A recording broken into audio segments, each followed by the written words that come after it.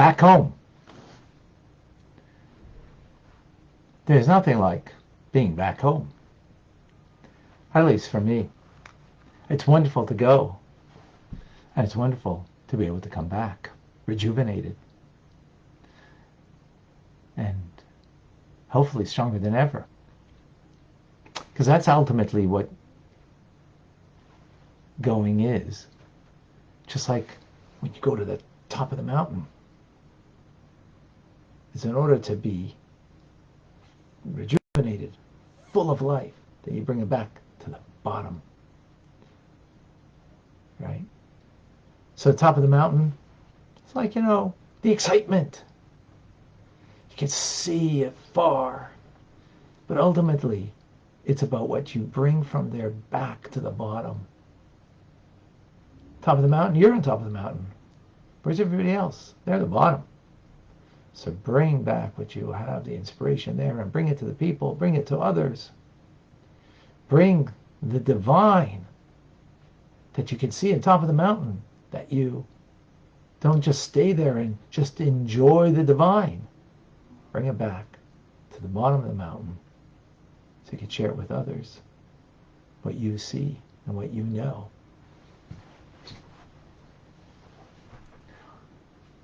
Welcome to Tanya today. I'm Rabbi Ronnie Fine, coming to you from Chabad Zurich and Kadesh in Montreal, Canada, where it's a privilege and a pleasure to share with you the Tanya, and we share that with Michael in Germany, John in North Carolina, Amy is in Colorado. Wait, welcome. We have Brett in Pennsylvania, Rabbi in Morocco, Cindy is in Florida,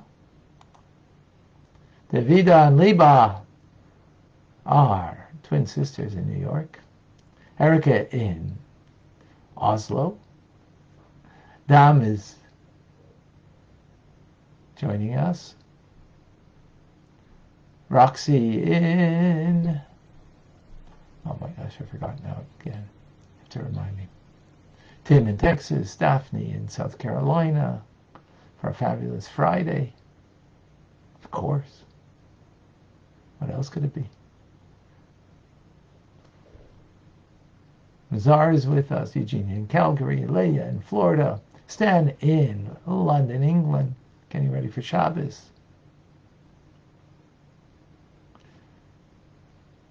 Did I miss somebody? Denise in New Jersey. New Jersey. Okay, Roxy. New Jersey. Got to remember that. Beautiful. We have Michael. We have Instagrammers. We got Instagrammers with us. We have Ellen in Brazil. We have Akoy in Peru. We have Natalie in England. We have Hamid in Montreal. Rachel in South Carolina.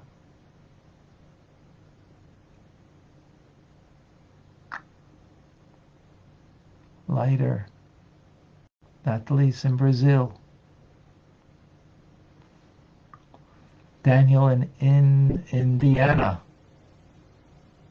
Jennifer in Minnesota. Beautiful. We have David in California.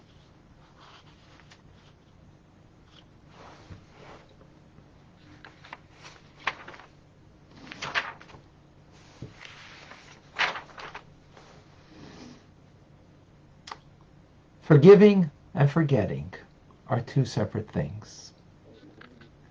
God is forgiving when we do tshuva, when we return to Him, when we have regret for what we have done wrong.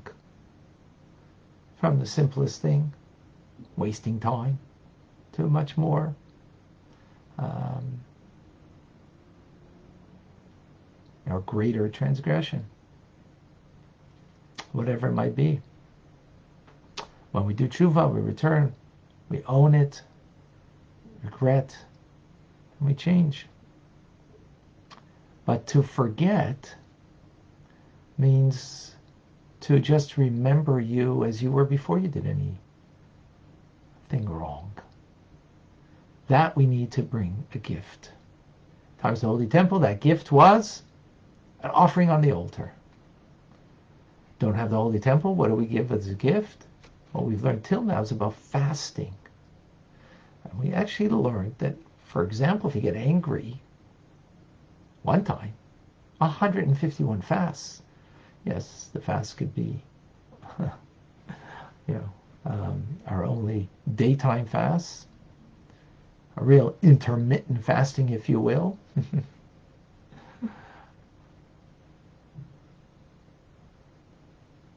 But that's a lot of fasting, especially if you got angry 10 times this year. Because it might mean 1,500. It means you're going no day with eating. Or if there's any other kind of sin that the Arizal explains, how many fasts would be appropriate to give a gift to God. By the way, you got to stop with the anger. Right? If anybody needs anger management, just think about how many times you would need to fast to get rid of that before God. Right? Sure way. All right. But as I said, hold on to that. And the Alter Rebbe today tells us, fasting only applies to someone who's strong and robust, and their physical health would not be harmed by repeated fasts. And the Alter Rebbe, who wrote this over 200 years ago, says, in our generation, most people are not robust enough, they're not strong enough to be able to withstand the fasting. In our day and age, we are much weaker than back in the day. Therefore, anybody who that through many fasts, and we're talking about fasts, we're not talking about the Yom Kippur fast, or this coming week will be the 17th of Tammuz, the fast. We're not talking about those fasts that are an obligation, but we're talking about now in order to be pleased before God, to be as forgotten any negativity that you have done, so you're not allowed to. Because if it will pain the person who's fasting, it's forbidden to take upon yourself. Even when it comes to sins that are serious ones, early death by the hands of heaven. If it's going to affect you, if it's going to affect you, to harm you, then says the Alter Rebbe, the Talmud teaches us, our sages teach us in the Talmud, that you're called a sinner by fasting. Here, you want to be completely before God in a positive way, and therefore you fast. No, you're called a sinner if you do that. Especially if you're a student of Torah, that's going to get a double punishment for fasting. Why? Because it's going to weaken you. And if you become weak by fasting, right? Again, non-obligatory times of fasting, then that's going to prevent you from studying Torah, from doing mitzvahs, and therefore you're a sinner by doing that. Because you're not going to do it fully, completely. Imagine if, you were fasting now, and because of it, you can't focus properly because you're focused on your hunger. So you have diminished in your Torah study. That would be sinful. So we can't do that. Again, we're only speaking about these fasts that are not an obligation. When it's an obligation, it's a different story. Yom Kippur, Tisha B'Av, 17th of Tammuz, again, coming up this Thursday. So then what's the remedy? I mean, we're too weak at this in our generation to engage in fasting. I mean, we're not talking intermittent here. I mean, it's long intermittence from dawn till nightfall. So now it's very late. And we're going to learn one more class about this. You know, in the winter times, it's a short day. But even so. So what's the remedy? Says the Alter Rebbe, quoting from Daniel the prophet, redeem your sin with tzedakah, with charity. And indeed, the codifiers of Jewish law say that if you give the equivalent of what your day's meals would be, then in Jewish law it speaks about 18 large Polish coins, right? And if you're wealthy and you eat more elaborate meals, more costly ones, some more money should be given. This is the idea. Where does charity come in? I mean, even though charity is a basic mitzvah, the basic mitzvah, right?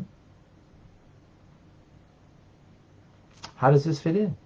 Well, remember, a gift means giving something of yourself.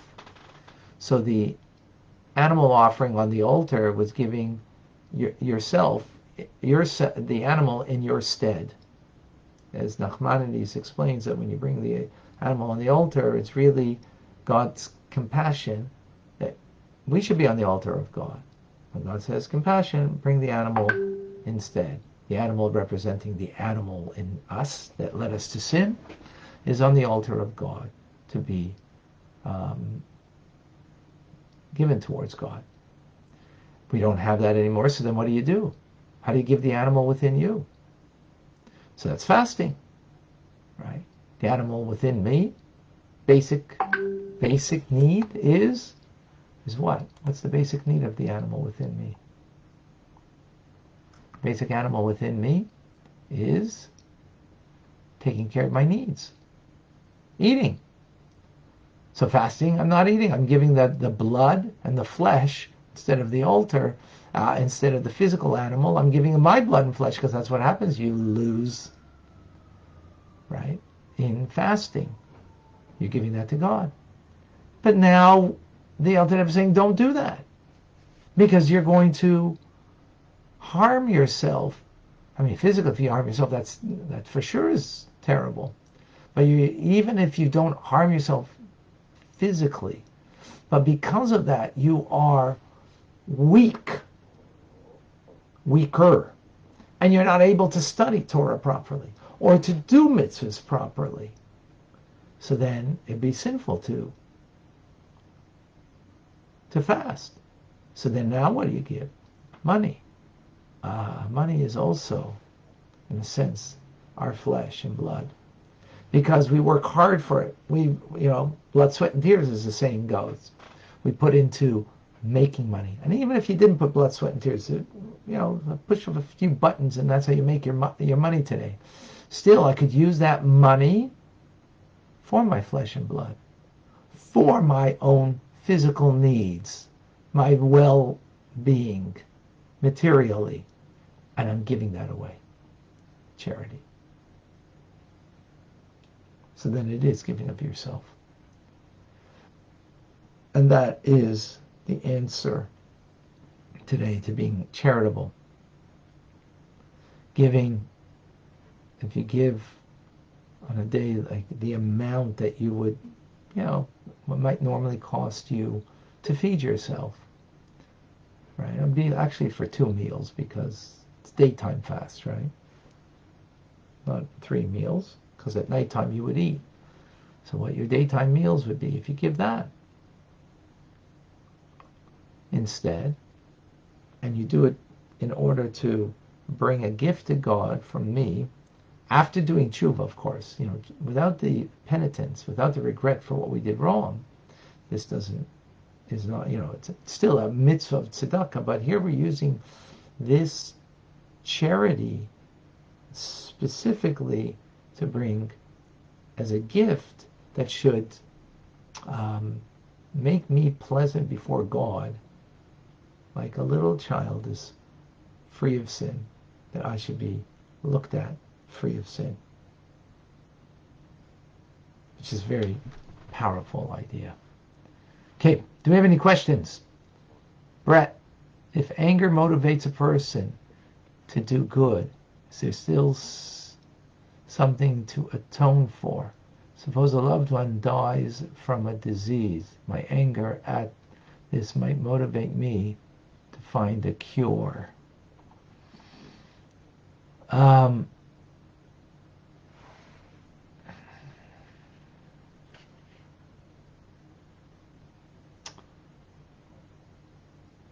So anger is a tricky thing.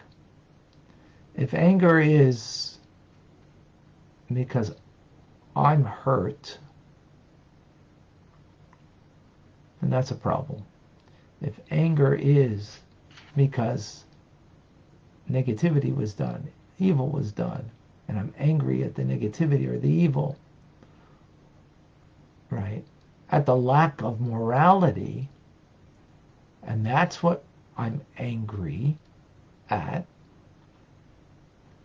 then that will lead you to do good things.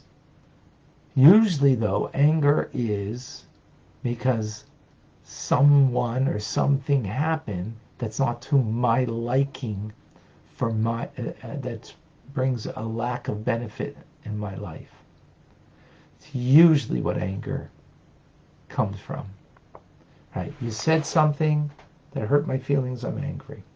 You did something that caused me a loss, whether financially or, prestige in the eyes of others, a loss. So it's about me. So it's about my loss that I'm angry about, rather than the lack of morality. We have to be honest with ourselves, because I would suggest most of the time that would be the cause for our anger. That is an issue, which we'll learn more about forthcoming. But thank you, Brett. That was an excellent question. But if the anger brings you to do more good, right, then it's not a self-righteous anger. And that's a different thing. Why would you be angry? Perhaps you're hurting and can't identify with it at all times. Yeah. So I don't know if anger would be the right word that you would be in such an instance, but strongly motivated in order to, you feel pain. Pain is can be a very positive thing, right? Like if you have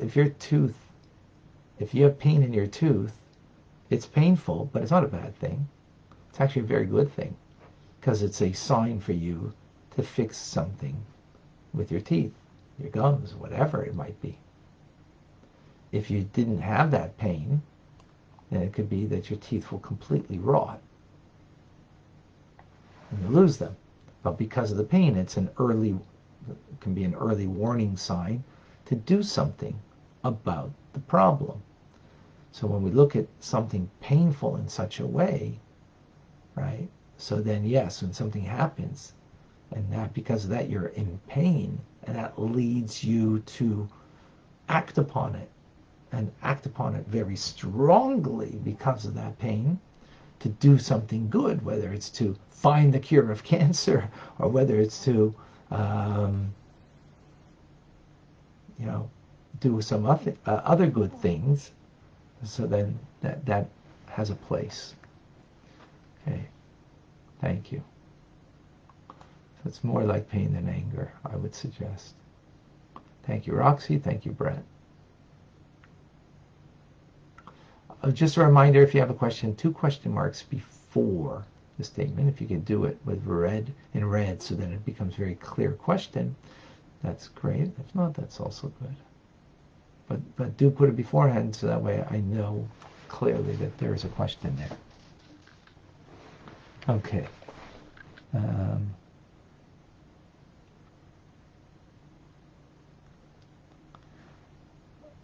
Okay. don't know how to address you. I guess doctor? Doctor.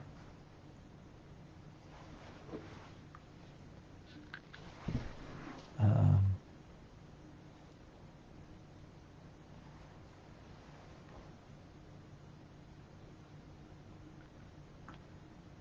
all right. Please share with us. Well, I just want to say health, wealth, love, peace of mind, happiness, and strength. I think it was because of you I bought the Tanya. Oh. Or some variation of the Tanya, but it's a very powerful psychological document. And I don't know if you've ever read Lao Tzu's Tao Te Ching. No. But I feel like there's a lot of similarities between ancient Chinese philosophy and the principles and philosophy of the wisdom in Tanya. All right, thank you. Can you repeat the name? What was the name of it? The author's name is Lao Tzu, Lao, and then last name is Tsu or Tzu, and then the book is called Tao, Tao De Jing, Tao De Jing. Okay, interesting. Thank you for sharing. Okay, and thank you for being here with us. Everything that you do. God bless you. Thank you. Very nice. There's definitely, you're going to find in other works certain similarities, and it says Abraham sent with his children from Hagar, from Keturah. He sent them off with a wisdom. It's a mystical wisdom to the east, and so therefore there's no doubt there's certain similarities that you will find, and the truth is you'll find similarities, of course, in many other places too, and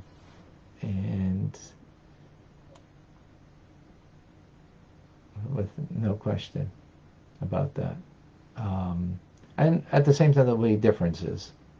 So Denise is asking, is the anger ever justified? Well, the anger is justified, again, only if it's not you are angry, but you're showing anger, or you're because of an injustice, not to you, but an injustice. If it's an injustice to you and you're angry, that's a bit of a problem, because then it's your self-love that is talking rather than the lack of morality. Usually. It could be, but for the most part, it won't be. So it's justified when it's against something that's wrong, or not the result and the consequence of it, but the wrongness of it. There's a lot to speak about that, and we're going to leave that for now. John, I'm not certain what I see a question mark red with a question mark. How is it to do that? I don't know what you're speaking about. Right. So there's another term in Tanya that we learned previously in chapter 27 in particular, and the term is not anger, and this is a term, it's called bitterness. You're bitter about a situation, not bitterness towards another person. You're not allowed to be bitter to another person, but you could be bitter towards your spiritual place in your life. Bitterness, it says about the Jewish people, that they were bitter, embittered with their lives. That's when change takes place, as opposed to being saddened with your situation. Sadness is weighted. It makes a person feel heavy, and you become a victim of your circumstance in sadness, and you feel weighted, and you don't do anything about it. You just lament your situation. Bitterness, on the other hand, is full of vitality. It's not weighted and brings you down. It's full of vitality, and it's the vehicle for change. When you say, "Oh, how could I have said that? Oh, why did that was so stupid what I did?" Right? That's bitter at yourself for what you did, not bitter at you, but bitter for what you did, and that then allows you to change direction from what you did or said, for example, and to move in a healthy direction. So it's what allows us to pivot. That's not anger. So anger I wouldn't suggest, but the bitterness towards ourselves in that moment is a very healthy attribute or quality of character. It's gevura. It's actually the gevura. Gevura means strength. Gevura means refrain. It means holding back. It means, you know, and it becomes then the opportunity to change a direction. You were going down in doing something, saying something, whatever it is, that's negative, and then it allows you to move direction and to move upwards in a healthy way. All right. So that would be. We see that Moshe Rabbeinu, Moses, got angry a couple of times, and because of that, he lost awareness of something godly that had to be brought and introduced. Right? And his anger was not because of me and I'm losing something or lacking something, well, maybe spiritually, but not materially. And yet, he lost something because of it. Aaron, the question marks are at the end. The beginning would be, but they're in red, so I see it. Okay. What advice would you give about feeling anger about past horrible events of anti-Semitism while still balancing the knowledge of God, that's God is in constant control of everything? So I mean, are you going to still be angry at perpetrators of the Holocaust or anti-Semitism that happened? I mean, when you mentioned today, I mentioned in a class, and I said, Yamach Shemai, may his name be obliterated, right? Of a Nazi. So, is there that idea? Yeah, but I don't know if it's a good place to live. Past anti-Semitism,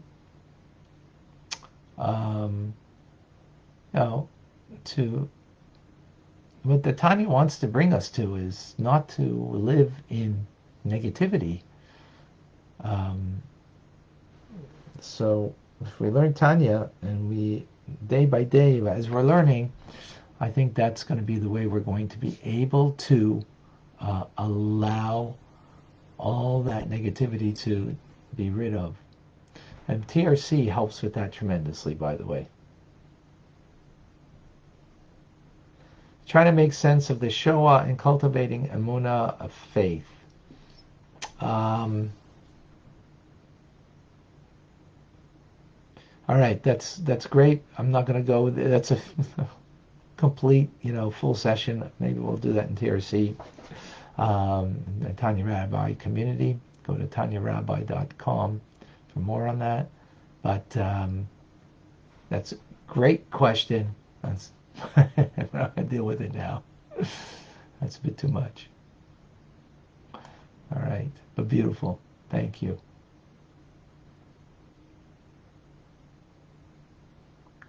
Yeah, okay, there's a lot more on this, which we will deal with. All right, folks, Rambam is coming up. Maimonides, we're going to learn. I'm Rabbi Ronnie Fine, coming to you from Chabad Zuch and Kadeshim in Montreal, Canada, where it's a privilege and a pleasure to share with you the Tanya. I thank you all for being a part of this and to sharing, whether it's questions or just, your your reactions on comments and whatnot. It's beautiful. And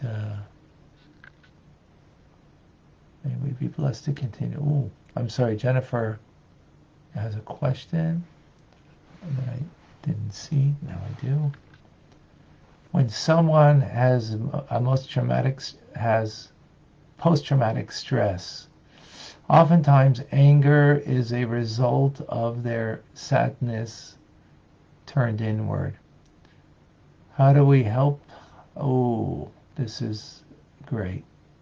How do you help yourself to let go of the deep sadness? TRC, I can't deal with it now. That's way beyond right now, but it's an amazing, good question, Jennifer. Private message me. Okay. All right. Folks, thank you. Good Shabbos to everybody. And Sunday is a double header, so we'll continue our conversation. I'm Rabbi Ronnie Fine, coming to you from Chabad, Zurich, and Yiddish, Montreal, Canada. It's a privilege and a pleasure to share with you, Tanya. Have an amazing day and a good Shabbos, if you will. God bless you. Thank you. You're a psychiatrist, I imagine. Yes? Because that's what it says here.